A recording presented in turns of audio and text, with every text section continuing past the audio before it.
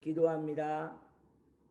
참 좋으신 하나님, 우리가 성경을 믿습니다. 그러므로 그 성경의 말씀이 나를 사랑하시는 하나님이 우리에게 하시는 말씀임을 믿사오니 오늘도 우리가 성경의 사람 되게 하여 주시고 진리가 우리의 등대되어지게 하여 주옵소서. 예수님의 이름으로 기도드립니다. 아멘. 하나님 말씀 출애굽기 7장 2절 말씀입니다. 출애굽기 7장 2절 말씀입니다. 함께 읽겠습니다. 내가 내게 명령한 바를 너는 내 형 아론에게 말하고 그는 바로에게 말하여 그에게 이스라엘 자손을 그 땅에서 내보내게 할지니라. 아멘.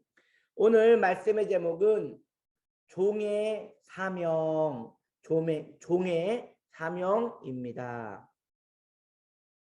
이제 본문은 모세와 아론이 어떠한 방식으로 사명을 감당해야 하는지에 대하여 이야기하고 있는 내용입니다. 그들의 사역 방법은 단순합니다. 하나님께서 모세에게 말씀하시면 모세는 그 들은 것을 아론에게 말하고 아론은 그 들은 것을 이스라엘 백성과 바로에게 전달하는 것입니다. 이 단순한 방법이 바로 하나님께서 모세와 아론에게 사용하시던 사역의 방식이었습니다. 조심스럽게도 오늘날 목회자들은 이 부분에 있어서 이 본문에 있어서 고민되어져야 하고 심각하게 자신의 사역에 대하여 이 말씀에 자신을 빗대어 다시 한번 이 말씀 앞에 자기를 세워봐야 하는 것입니다. 결국 목회라는 것은 하나님께서 목회자에게 말씀하시고 목회자는 성도님들에게 그 말씀을 전하는 모세와 아론에게 쓰셨던 그 방법을 목회자도 여전히 사용을 해야 한다는 말이죠. 그렇다면 목회자는 하나님의 음성을 어찌 들을 수 있단 말입니까? 두 가지 방식으로 목회자는 하나님의 음성을 들을 수가 있습니다. 어떤 이는 자신을 직통계시라 하여 자기는 하나님께 매일 하나님의 음성을 듣는다고 합니다. 이건 매우 위험한 방식입니다. 물론 신령하고 정말 정결하신 분은 그런 분이 있을 수도 있다고 생각은 듭니다. 그러나 그것은 전통적 방법도 아니고 일반적 하나님이 주의 종들을 쓰시는 방식도 아닙니다. 그런 방식을 계속 고수한다면 사실 그분은 하나님의 음성을 들었다기보다는 자기의 감정을 듣고 자기의 속생각을 듣고 이것을 하나님의 방법이라고 하나님의 음성이라고 오해할 여지가 많은 것이지요. 그렇다면 건강한 주의 종이 하나님의 음성을 온전히 듣고 그것을 성도들에게 전하기 위해서 변하지 않는 그 하나님의 음성, 그걸 어떻게 분별해야 할까요?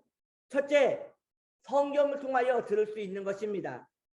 그러므로 목회자는 성경의 사람이어야 합니다. 성경을 많이 사랑해야 하고 할 수 있거든 성경을 암송하고 성경과 같이 하루를 시작하며 성경에 대하여 묵상하고 성경에서 옅은 성경에서 하나님의 꼴을 얻으려고 해야지 그것이 아닌 성경과 벗어난 생각과 감성에서 하나님의 음성을 길러오려 하면 그때부터 잘못된 이야기가 흘러나오게 되는 것입니다. 첫째로 성경을 통한 것이라고 하였습니다. 둘째로 많은 믿음의 선조들이 하나의 소리로 외쳐왔던 진리를 토대로 음성을 들을 수 있는 것입니다. 즉 진리에 근거한 성경을 근거한 교리를 일컫는 것이지요. 진리에 대한 전통성은 준수되어야 합니다. 성경을 임의로 풀 수 없고 믿음의 선조들이 나누어왔던 그 해석들을 기둥 삼아 오늘날 현재의 목회자들도 그 음성을 성경의 해석으로 받아들여 우리의 목양에 사용을 해야 한다는 것이지요. 하나님의 말씀은 새로운 소리가 아닙니다. 이미 전해져 왔던 그 말씀이 계속 반복되어져 우리에게 전하여져 있는 것입니다. 성경 66권은 몇천 년 전에도 함께 있었고 그 말씀이 오늘날에도 우리에게 계속 전달되어져 있는 것이지요. 그러나 그 말씀은 여전히 능력이시며 생명이시기에 그 말씀을 전하고 듣는 자는 늘 새롭게 회복이 되며 양분을 얻으며 거기에서 소생의 능력이 경험되어지는 것입니다. 언제나 문제는 하나님의 말씀을 그대로 전하지 않고 자신의 감정과 마음에 있는 이야기를 전하기에 문제가 생기는 것입니다.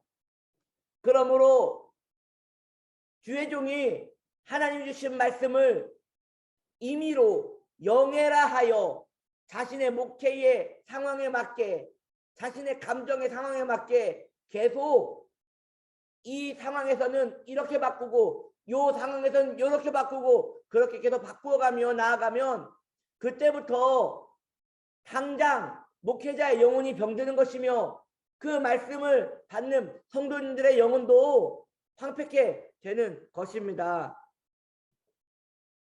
가장 주의 종들이 주의해야 할 점이 있습니다. 그것은 무엇이냐? 표적 설교를 하는 거예요. 표적 설교를 하면 뭐냐? 예를 들어 이런 것이죠. 한 성도님이 목회자에게 어느 상담을 했습니다. 그리고 그것에 대하여 마음이 상담, 엄밀히 말해 상담이라기보다는 교회에 무슨 일이 생긴 것이지요. 교회 일이 생겼는데 그것을 돌려서 말씀에 빗대어 이것을 이야기하는 것이에요. 이런 식으로 성경을 목회자가 목회에 사용하기 위하여 계속 방법론적으로 그걸 뽑아서 사용하다 보면 거기에는 진리성이 약화되기 때문에 이것을 전할 때에 물론 피드백은 강할 수 있고 그걸 전할 때에 감정은 뜨거울 수 있으나 여러분 아셔야 합니다. 진리와 감정은 꼭 연결되는 건 아닙니다.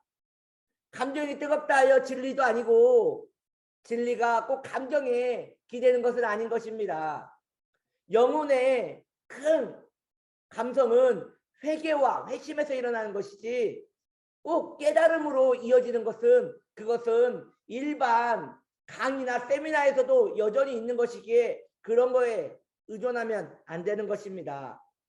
이런 문제에 한번 봉착되어 상처를 입은 성도는 문제가 생깁니다.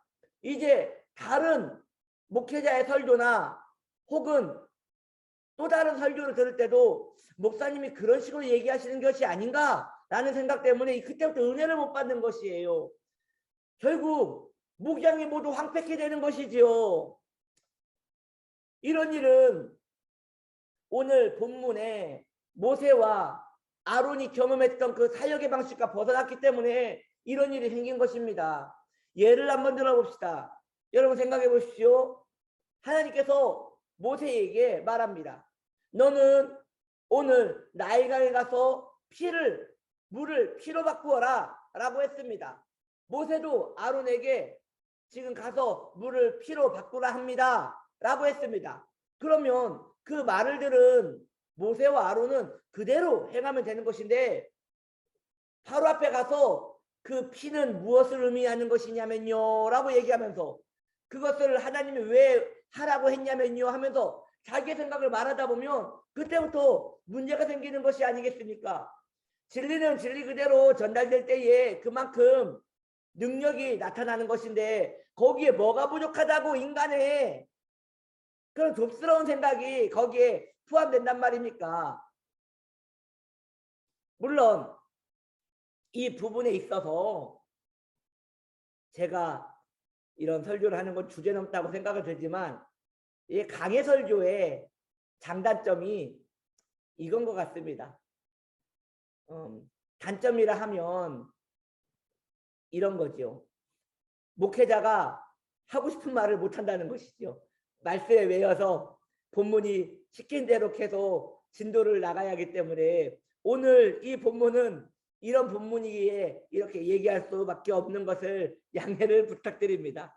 뭐 제가 뭐 목회를 잘해서 이런 설교를 하는 게 아니라 말씀이 이렇게 가르치기 때문에 이걸 전해야 할 의무로 이렇게 말씀을 전하는 것입니다. 그렇습니다. 그렇게 하면 안 되는 것이지요. 그렇죠, 여러분? 그러므로 하나님의 말씀은 하나님이 목회자에게 조에게 전달하는 방식대로 그대로 이야기하면 교회는 건강할 수밖에 없고 성도는 좋은 꼴을 먹기에 건강할 수밖에 없고 그렇게 목양은 되어지는 것입니다. 그러므로 목회자는 전하는 것보다 하나님의 말씀을 듣는 시간을 더 오래 가져야 하는 것이 마땅한 것이지요. 이것은 신비적인 방식이 아닙니다. 신실한 성경 연구와 학문 연구 그리고 말씀에 대한 깊은 묵상 이러한 것이 하나님의 말씀을 있는 그대로 보존되어 성도에게 전달하는 방식이 되는 것입니다. 지금의 하나님의 말씀은 귀로 듣는 것이 아닙니다. 이성으로 이해되어져야 하고 기도로 소화되어져야 하고 영혼의 언어로 영감되어 들려져야 하는 것입니다. 그러므로 하나님의 종들, 교역자들은 하나님 앞에 있는 시간을 오래 가져야 한다는 것이지요. 이것이 그 목회자를 살리는 것이며 그 목회자에게 맡겨진 성도가 사는 길이 될 것입니다. 이 존귀한 사명을 감당할 수 있고 감당하려 하는 목회자와 성도는 얼마나 복된 것입니까? 그러므로 우리는 이런 부분에서 오늘 이 교역자에 대한 설교가 나왔지만 사랑하는 성도님들도 우리 목사님이 그런 목사님 될 수 있도록 기도해 주시고 할 수 있거든. 목사님의 시간을 많이 뺏지 마시고 의미 없는 것에 목사님을 많이 불러내지 마시고 기도하고 말씀을 연구하고 말씀 앞에 매일 수 있도록 목사님의 그 사역의 본질에 계속 목사님이 거하실 수 있도록 성도님들도 기도하시고 도와주셔야 합니다. 계속 성도님들이 무의미한 것에 마음을 계속 쓰게 만들면 목회자의 본질이 흐려지기 때문에 목회자는 말씀 앞에 오래 설 수가 없고 그러면 벌써 말씀에 대한 문제가 생기기 때문에 성도님들에게도 손해가 되는 것이지요. 목회자를 위하여 기도해 주시고 목회자의 사역을 존중해 주십시오. 목회자의 사역은 설교 사역입니다. 목회자의 사역은 하나님 앞에 오래 있는 것이 그분의 사역인 것입니다. 그렇게 지지해 주시면 우리의 교회는 아름답게 되어질 것이라고 믿습니다. 주님의 놀라운 긍휼이 주님의 몸된 모든 교회에 함께 있기를 축복합니다. 그리고 우리 주님께서 말씀하셨습니다. 모든 목회자는 교회의 촛대와 같아서 하나님께서 그 촛대를 붙들고 있는 한 교회는 영영이 선다고 하였습니다. 그러므로 쉽게 판단할 것이 아니라 기도로 축복해주고 계속 목양의 길을 함께 가면 우리의 이 조국의 교회는 든든히 서가고 하나님의 은혜 안에서 계속 아름다운 부흥이 일어날 것을 믿습니다. 아멘. 기도하겠습니다. 참 좋으신 하나님 감사합니다. 오늘 우리가 모세와 아론의 사역에 대하여 또 한번 말씀을 나누었습니다. 주님 우리에게 은혜를 허락하여 주시어서 우리의 목양 관계, 목회자와 성도의 관계, 말씀의 관계 되게 하여 주시고 진리가 서로 교통하는 서로 살리는 소생의 관계 되게 하여 주옵소서. 그래서 목사님도 살고 성도님도 사는 복된 시간 되게 하여 주시고 그 시간이 우리의 자손, 그 자손의 자손, 그 자손의 자손에까지 계속 이어지는 우리의 은총이 되게 하옵소서. 예수님의 이름으로 축복하며 기도드립니다. 아멘.